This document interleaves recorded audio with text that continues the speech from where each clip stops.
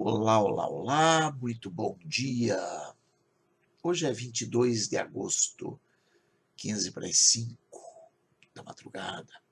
Frio, muito frio. Aqui em Curitiba deve estar aí perto de 2 graus, mas a Serra Gaúcha neva e neva bastante, na Serra Catarinense. Dizem as más línguas que no sul do Paraná também.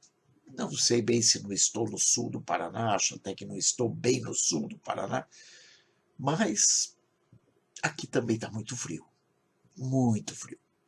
Agora, o problema de estar frio ou não é que, veja bem, minha gente, o país continua entregue aos ratos.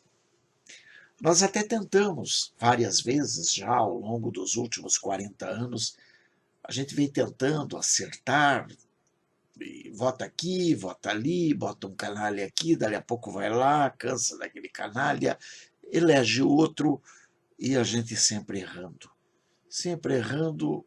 muitas vezes até por ignorância, outras vezes por má fé mesmo, porque acabamos por trocar nossos votos por dentaduras, por aparelhos ortopédicos, por cadeiras de rodas, por uma meia dúzia de telha, por algumas cadeiras, enfim. E cada vez que nós erramos, infelizmente a máquina administrativa, ela sofre. Por quê? Porque aquele que nós colocamos de forma indevida, de forma desconexa, ele vai alimentar aquela máquina administrativa, ou seja, ele vai azeitar a máquina administrativa para que quando ele saia do poder, não sobre absolutamente ninguém que ele possa colocar na cadeia. E caso alguém tenha a ousadia de colocá-lo na cadeia, que ele tenha ali seus cupinchas, seus parceiros, que possam tirá-lo da cadeia muito rapidamente. E é por isso que nós vemos aí inúmeros membros do judiciário e de outros órgãos tais que são capazes de qualquer coisa para o salamaleque, aquele que se dignou indicá-lo para aquele cargo. Trata-se de troca de favores mesmo, nada além disso, ou muitas vezes até muito mais além disso, porque o cara, depois que ele está ali no cargo, depois que ele entendeu o preço da assinatura, da sua assinatura com aquela caneta, então muitas vezes o cara se torna sanguinário, ele se torna aí sim, um verdadeiro crápula. Bem, é claro que eu adoro ficar observando os passos dessa esquerda maravilhosa que está aqui no Brasil. É claro também que eu me atenho à esquerda tupiniquim, não porque a esquerda estrangeira seja pior, ou não, ou até porque ela possa me ser desconhecida, não é isso, não. Mas eu tenho que dar valor, digamos assim, à prata da casa, né? Quer dizer, vamos brincar um pouco, vamos dar valor à prata da casa. Nossos terroristas são melhores do que os terroristas internacionais, nossos traficantes são melhores e mais fortes, e maiores e mais interessantes. Dá para lembrar da fala do Magnoli, né, o Demetrio Magnoli. Eu falei Magnoli, mas a pronúncia correta parece que é Magnoli. O Demetrio Magnoli é um cara até bastante interessante, eu me surpreendi muito com a fala dele. Ele não é um Zé Ruela, não. Ele é uma pessoa aí que tem bastante influência nos meios tupiniquins aí, principalmente da mídia, né? Mas ele é ligado, se não me engano, a alguma coisa da área da indústria e do comércio, coisa aí meio grande. O cara tem bastante dinheiro, tem bastante influência e tal. E o Demetrio Magnoli falou que o Brasil chegou ao fundo do poço com a eleição de Bolsonaro, nós estamos vendo agora uma corrupção rasteira, uma corrupção, assim, sabe, não é mais aquela corrupção grandiosa dos tempos de Fernando Henrique, de Lula e etc. Né? A de Lula, por exemplo, tinha grandes empreiteiras e tal, e ele cita isso como se isso pudesse dar uma ideia de grandiosidade. Eu queria entender a cabeça desse indivíduo, um cara que eu até cheguei a admirar por alguns momentos.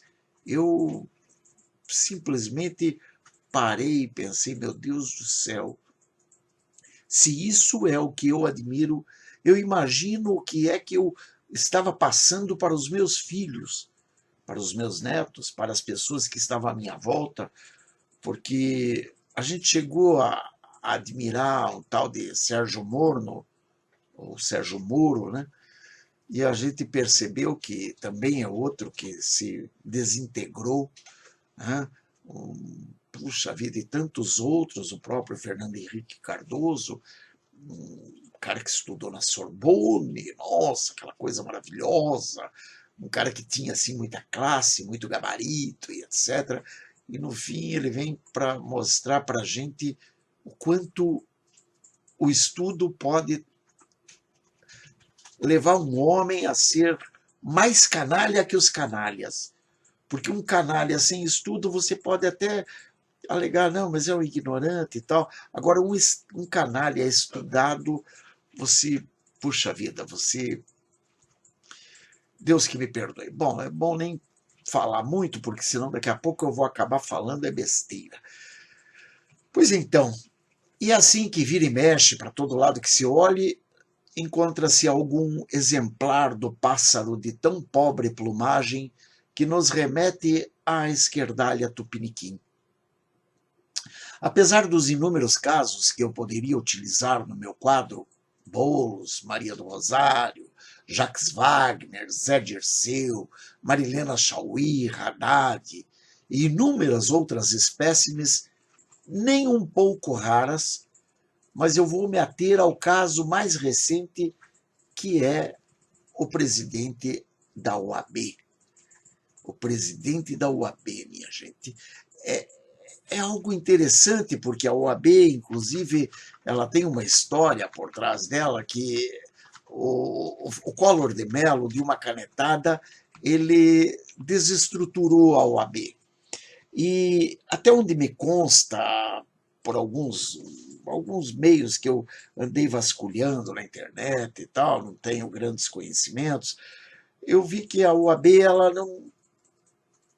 não volta a existir como uma, uma entidade com CNPJ e etc. Mas, curiosamente, ela continua existindo desde sempre, mesmo e apesar da canetada do Fernando Collor de Mello. Mas até ali, tudo bem, deixa o AB para lá, não tem problema, eu não sou advogado, não vou ser filiado nunca, não preciso ser filiado ao AB, graças a Deus, porque se precisasse eu ia ter um problema muito sério eu ia ter um problema muito sério, porque eu não iria conseguir olhar para a cara daqueles indivíduos e, sei lá, e fazer algum salamaleque, fosse qual fosse. Bom, gente, é interessante. Esse povo encontra um murinho escrito passar vergonha. E é ali mesmo que todos se encostam à espera do momento de poder passar aquela vergonha. Porque as outras tantas que lhes foram apresentadas serão igualmente disputadas para serem passadas com o garbo que a vergonha exija. Ou seja, tem que passar a vergonha. E se para isso tiver que entrar 300 vezes na fila e passar aquela vergonha 300 vezes, pois olha, haverão alguns que ainda passarão 400 vezes. Pois é. Mas neste caso, o estupendo Felipe de Santa Cruz Oliveira Skaletsky, que responde atualmente pela presidência do motivo da vergonha aos advogados sérios desta nação, ele conseguiu envolver-se em um escândalo por conta de uma fraude que favorecida por ele como presidente da OAB. E nós ficamos sabendo justamente disso porque alguns outros membros da diretoria, insatisfeitos com o andamento dos trabalhos que denunciam, emitiram o memorando número 2 de 2020, diretoria de 13/8/2020, que diz: de diretoria para, aqui eu vou ler o memorando, de diretoria para Felipe Santa Cruz, presidente nacional da OAB. Assunto: suspensão da aposentadoria do servidor Paulo Guimarães, referente processo 49.0000 de 2020, 005019-2. Senhor presidente, no dia 30 de julho de 2020, foi comunicada na reunião da diretoria realizada virtualmente a notícia de que foi apresentado o pedido de aposentadoria de Paulo Torres Guimarães, superintendente gerente do Conselho Federal da OAB. Recebemos a informação e constatamos que no processo de pagamento da rescisão haveria extrato de ata daquela reunião de diretoria com a suposta aprovação do colegiado acerca daquele pedido especial, o que não ocorreu. Ocorre que, naquela reunião, a diretoria não deliberou e aprovou o referido pedido de aposentadoria especial, que sequer foi apresentado formalmente. Em momento algum foi mencionado que o pedido de aposentadoria do servidor não seria pelo regime geral do INSS. Considerando que não há fundamento jurídico válido para deferir aquele pedido porque lhe falta amparo legal, manifestamos no grupo do WhatsApp da diretoria que o mesmo deveria ser suspenso e solicitado parecer jurídico externo, o que já foi feito e aguardamos sua conclusão. Diante disso, consideramos prudente que Vossa Senhoria determine a retirada do extrato do ato de diretoria que foi anexada aos autos de pagamento da rescisão contratual do funcionário Paulo Guimarães e, caso tenha sido juntada em qualquer outro procedimento, evitando-se prejuízo à OAB. Cordialmente assinam a presente Luiz Viana Queiroz, vice-presidente, Ari Baguiante Neto, secretário-geral adjunto, e José Augusto A. de Noronha, diretor-tesoureiro. Pois é. Aqui nós vemos que o Felipe Santa Cruz, um comunistinha de Araque, fazendo festinha com o dinheiro alheio. Meu caro Felipe, você está fazendo o papel de um comunista de Araque, porque é claro que você não abre mão daquilo que você tem para absolutamente nada, né? Mas com o dinheiro dos outros, você faz as benesses, você ajuda, você faz aquilo que tem que ser feito com o dinheiro dos outros. Você está fazendo festinha com o dinheiro alheio? Eu entendi direito?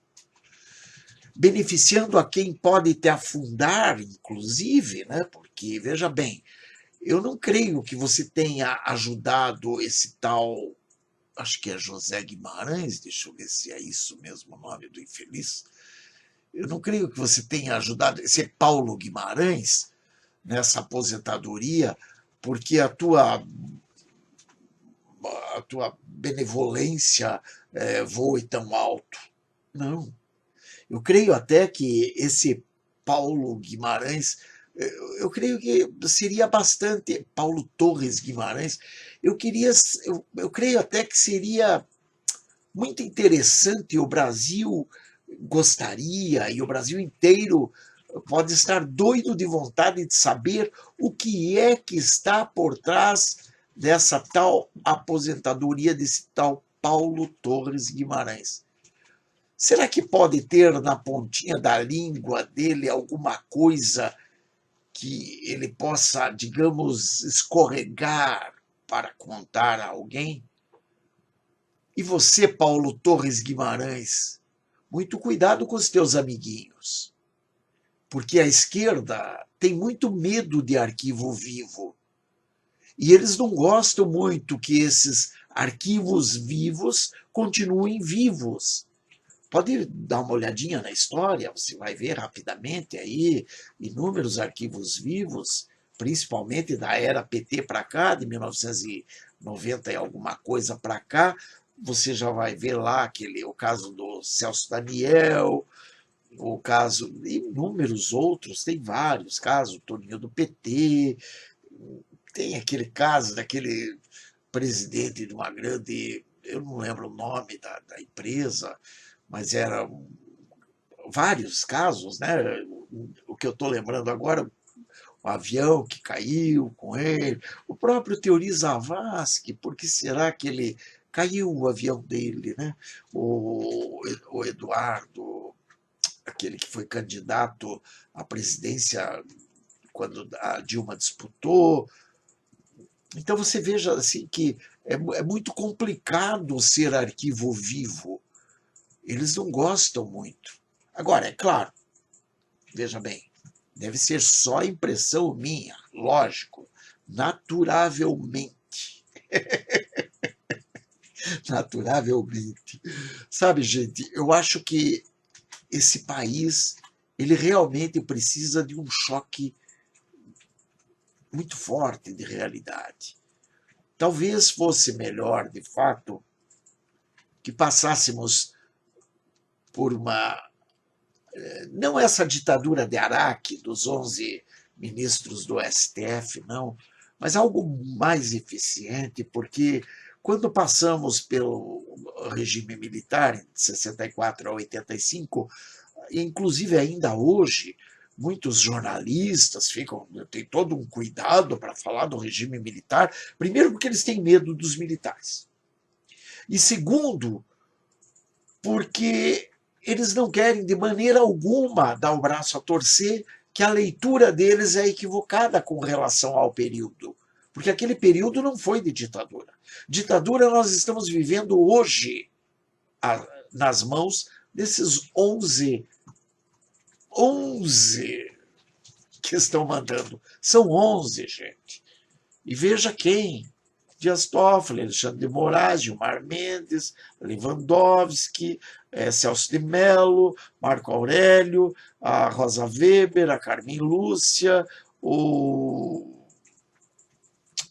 Fux, tem mais um aí que eu estou esquecendo, dois aí que eu estou esquecendo, mas são todos são 11 seres das trevas, 11 pessoas que, meu Deus do céu, acho que em lugares sérios, é claro que hoje o mundo praticamente está virado de ponta cabeça, nós vimos a Merkel sendo, eu achei lindo isso, a Merkel sendo doutrinada pela Greta, uma menina, uma menina, uma criança e o que é pior, uma criança com problemas, e estava lá falando, e aí a partir daquilo a Merkel e a Alemanha lá resolveram não fazer acordo com o Mercosul, né, através da União Europeia, porque resolveram dar voz a uma menina com problemas. E com problemas tais que, por exemplo, ela vê um problema na Amazônia, mas a França não para de queimar. E outros lugares estão assim meu Deus, tá terrível, ela vê um problema na Amazônia, mas ela não viu o problema que o PCC chinês, né, o Partido Comunista Chinês, coloca no mundo via um vírus com um projeto claro de dominação. Ela vê um problema na Amazônia, mas ela não vê um problema quando o mundo está dizendo que não se deve usar uma cloroquina, porque essa cloroquina não é testada e não sei o quê, e de repente, ao mesmo tempo, aqueles mesmos que estão dizendo que a cloroquina não é boa, estão comprovando, eles mesmos falando que já estão usando a cloroquina e faz muito tempo. A China, por exemplo, está usando desde fevereiro, e o que é o detalhe, ela não está usando a hidroxicloroquina, que é mais fraca, ela está usando a própria cloroquina, que é mais forte e, portanto, mais, daí sim, mais, digamos, mais perigosa. Lógico que o perigo está na manipulação equivocada do medicamento. Agora, se o medicamento é manipulado por pessoas que compreendam do riscado, saberão usá-lo à altura. E vocês vejam que, puxa vida, esse mesmo pessoal está se contradizendo a todo instante. E aí eu te pergunto, mas, quer dizer, e essa menina pode ter voz? Uma menina totalmente equivocada, uma menina totalmente. Puxa vida, por favor, ponham essa menina sob cuidados. Não porque ela vai incomodar, não incomoda, é criança falando. Puxa vida, imagine um país ser, o mundo ser dominado porque uma criança está dizendo A ou B, ou C ou D. Poxa, bota essa criança para estudar, para se preparar para o futuro. Aí, quem sabe, um dia ela possa vir a ser uma nova Merkel, que Deus a perdoe, que Deus a proteja de tal sina. Mas é possível, né? Existem aí esses caras, tipo esse Felipe Santa Cruz, esse Dias Toffoli, a Carmen, a Lúcia Rosa Weber, a Dilma Rousseff, por que não pode ter uma Greta Thunberg? Claro que pode, coitadinha. Né? Assim como temos aí alguns Bolsonaro da vida, por que não pode ter também um Lula da Silva? Claro que pode, está aí, está vivo, o sol nasceu para todos em igualdade de condições. A única coisa que me deixa curioso é o sol nasceu para todos, a democracia, inclusive divina, é maravilhosa, mas o país não pode ser democrata a ponto de ser governado por alguém que teve 57 milhões de votos. De jeito nenhum. Aí tem que sair os 11 lá e começar a mandar no país. Tutela? Tutela presidencial no Brasil? Não. Isso é golpe, gente. Isso, isso já passou de golpe. Nós estamos vendo que é golpe quando nós vimos aí a prisão de inúmeros jornalistas porque, aspas, falaram mal do STF. Agora, aquele que sugere a morte de Bolsonaro, esse não tem problema, não. Aliás, não pode investigar a vida dele de jeito nenhum. Né? Imagine, da onde que o ministro da Justiça pode se envolver em alguma coisa, a Advocacia Geral da União, afinal de contas, é tudo bibelô, sabe? Bolsonaro é um bibelô que colocou um monte de bibelô lá no Ministério da Educação, no Ministério da Saúde, no Ministério da Justiça, tudo o resto ali é tudo bibelô, ninguém pode fazer nada.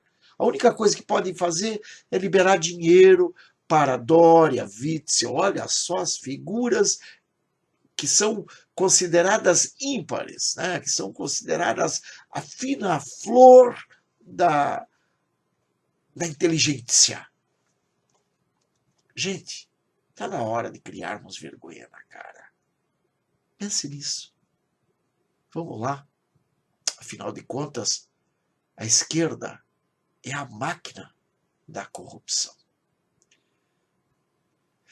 Que Deus nos abençoe, que Deus nos proteja, que Deus proteja a nossa nação, porque nós estamos indo de mal a pior.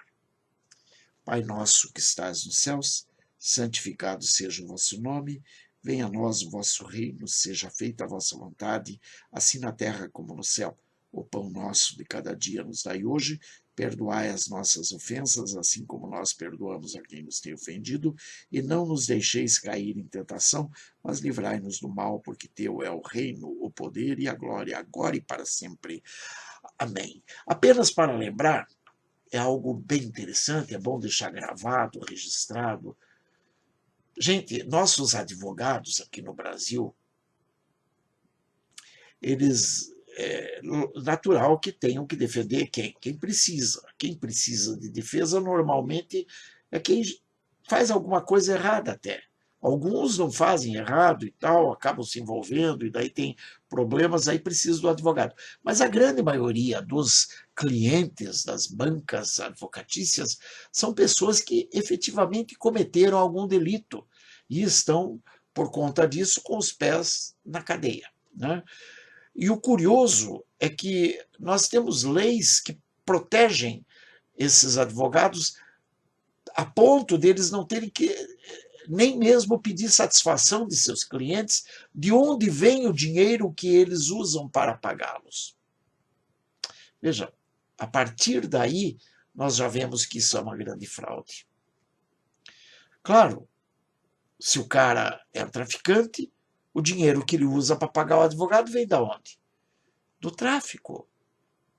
Se ele é criminoso de outras esferas, o dinheiro dele vem do crime. Né? Se ele é um corrupto, né? Por exemplo, o Bolsonaro não tem dinheiro para pagar bons advogados, mas a gente está vendo que ele não entra no esquema da corrupção. Agora, aqueles que entraram, Renan Calheiros, Lula da Silva, Palocci, Zé Dirceu, etc., que circulam para lá e para cá, nós vimos esses dias, o próprio Boulos está circulando de avião para lá e para cá. Quem paga isso, né? De onde vem essa bufunfa? Beijos, gente. Bye. Fui.